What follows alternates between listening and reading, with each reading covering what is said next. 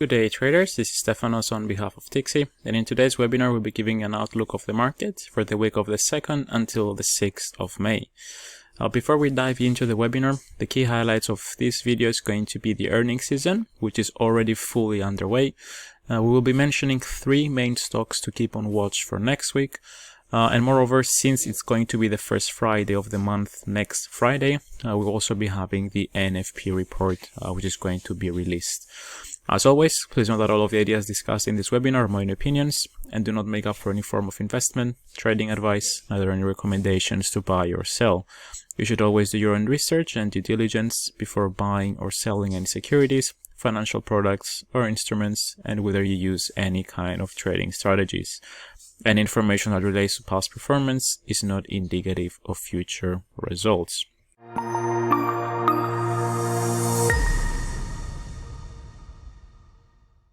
So, looking at stocks first, as we mentioned during the intro, there will be 3 key names to keep in mind throughout next week, who are going to obviously be names who are going to be reporting their earnings. Now, those stocks are going to be AMD, which I'll pull up the chart very briefly. So it's going to be AMD. Second one is going to be Uber.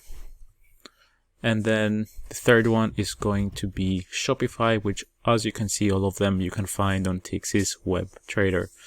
Now, AMD is reporting its figures on Tuesday, the 3rd of May, which is going to be after the market close.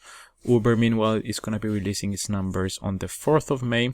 The timing has not been disclosed yet. However, it should be disclosed, I expect, closer to the day of the release. And lastly, Shopify will be reporting their numbers on the 5th of May during the pre-market hours. One thing worth mentioning, which is something that I tend to do with earnings, is that when we have the earnings report being released after the market close, then you can expect the impact to be seen the next day. So for example, if a stock is reporting the numbers after the close on Monday, you can expect to see the impact with the open on Tuesday. And on the other hand, if you have the earnings being released in the pre-market hours, let's say in the pre-market of Tuesday, then you can expect to see the impact with the actual open on Tuesday. And again, I mean, obviously I did mention these 3 names, but these are not the only ones reporting their figures next week. We'll also have eBay, which is another example. And if there are any others you're interested into trading, feel free to look them up in your Tixee web trader, as you're more likely to find it. But again, these 3 are the ones that I would be keeping my eyes on for next week. Next up, moving on to Forex, we're going to be covering the economic calendar, which again, as always, you can just find on Tixee's website.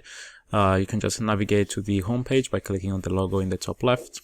You can go to the Education and Research tab, and you can select the economic calendar. From here, you'll have a bunch of filters to use from in order to basically find the events that you're specifically looking to trade. For the sake of the video, we'll set it to next week and medium to high impact events. Now, something worth noting for next week, even though it's going to be an action-packed week, as we're going to have the NFP report that we mentioned, something to remember is that certain markets will be closed on Monday for Labor Day. Therefore, yeah, keep that in mind if there's like any pairs you specifically want to trade. So if I switch this to the low importance, that's when we'll be able to see basically which countries are going to be having the Labor Day on Monday.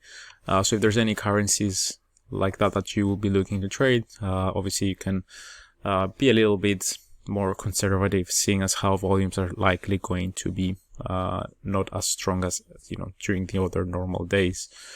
So yeah, just that to keep in mind. So I'll just switch it back to the medium and high impact events. Again, remember this is set to my own time zone, which is UK's time zone. So you can switch it obviously in order to filter out the relevant hour that reflects with regards to the time zone that you're in, to make sure you're looking at the right event at the right time.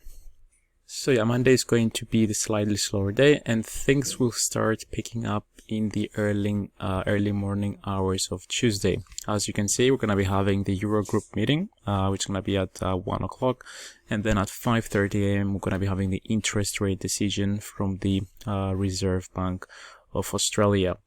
Thereafter, we're going to be having the unemployment figures coming out of Germany. And also, if I scroll further down, we're going to see we're going to have the one for Eurozone at 10 in the morning, which is then also going to be followed by a speech from the ECB president, Christine Lagarde. Again, something very useful is the tooltip right here, which can give you a rough idea of the volatility you can expect in the hours following the specific event. So it's something pretty nice to have in your arsenal, depending on the kind of trading ranges that you're looking to trade.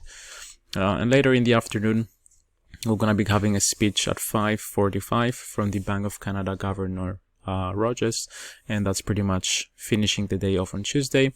We're going to have in the last 15 minutes the unemployment rates from New Zealand for anyone looking to trade this event during those hours, or if you're local in New Zealand, then obviously this is going to be normal standard day hours for you. And yeah, so that pretty much wraps up Tuesday.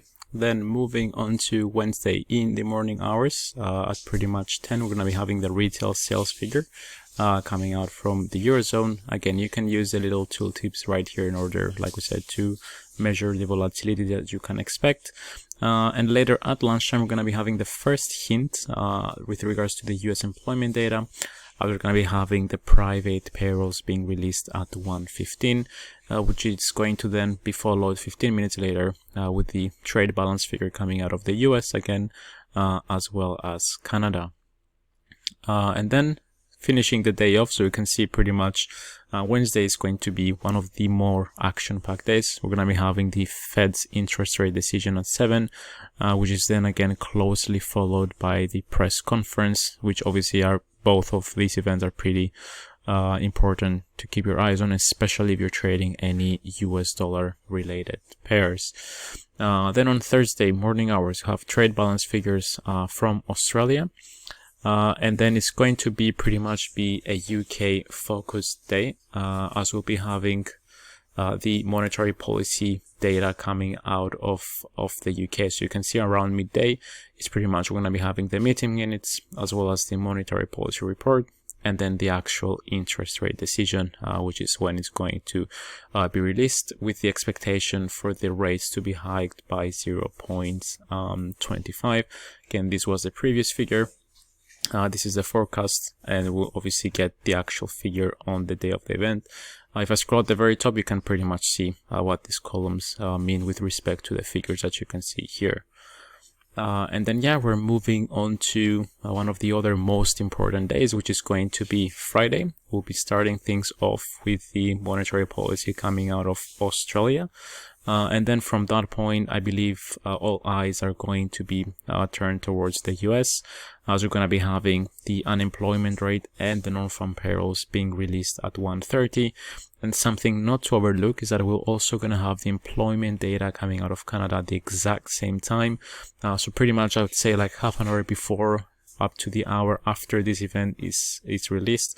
We can expect some pretty strong volatility in the markets, as we're going to be having this flurry of employment data coming out both of the US and Canada as well. So yeah, this is with regards to the Forex markets and the economic calendar. Next up, we're going to be moving on to oil and gold.